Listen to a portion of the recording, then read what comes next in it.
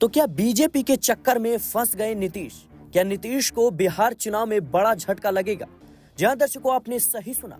वक्फ संशोधन बिल के खिलाफ इमारते सरिया समेत बिहार के मुस्लिम संगठनों ने मुख्यमंत्री नीतीश कुमार की इफ्तार पार्टी का कड़ा विरोध करने का फैसला लिया है। इमारते सरिया ने कहा कि बिहार के प्रमुख मुस्लिम धार्मिक संगठनों ने रविवार 23 मार्च को होने वाली मुख्यमंत्री नीतीश कुमार की दावत इफ्तार की बायकॉट की घोषणा की है।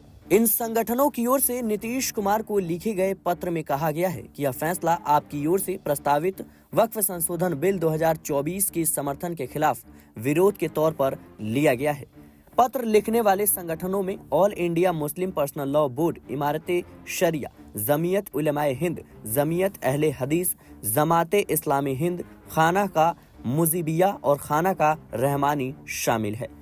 बता दें कि बिल्कुल स्पष्ट अंदाज में लिखे गए पत्र में इन संगठनों ने नीतीश कुमार से कहा है कि आपने धर्मनिरपेक्ष शासन और अल्पसंख्यकों के अधिकार की सुरक्षा के वादे पर सत्ता हासिल की थी, लेकिन भाजपा के साथ आपका गठबंधन और अतार्किक असंवैधानिक वक्फ संशोधन बिल को आपका समर्थन आपके उन्हीं वादों का खुल्लम खुल्ला उल्लंघन है।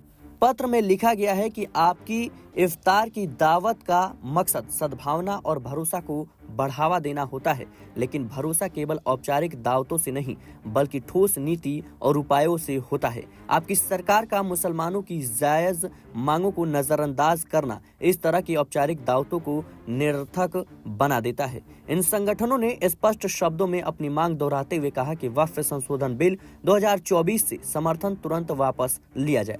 वक्फ संशोधन बिल के नुकसान को बताते हुए पत्र में कहा गया है कि अगर यह संशोधन लागू होता है तो यह शैक्षणिक संस्थानों, अस्पतालों, महिलाओं के केंद्र और धार्मिक स्थानों पर सदियों पुरानी वक्फ जायदादों को खत्म कर देगा।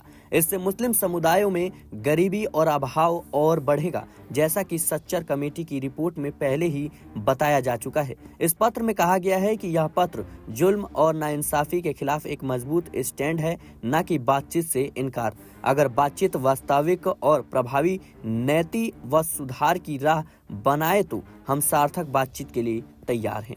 फिलहाल के लिए इस रिपोर्ट में इतना ही। देश और दुनिया की तमाम खबरों के लिए बने रहना नेक्स्ट 9 न्यूज के साथ।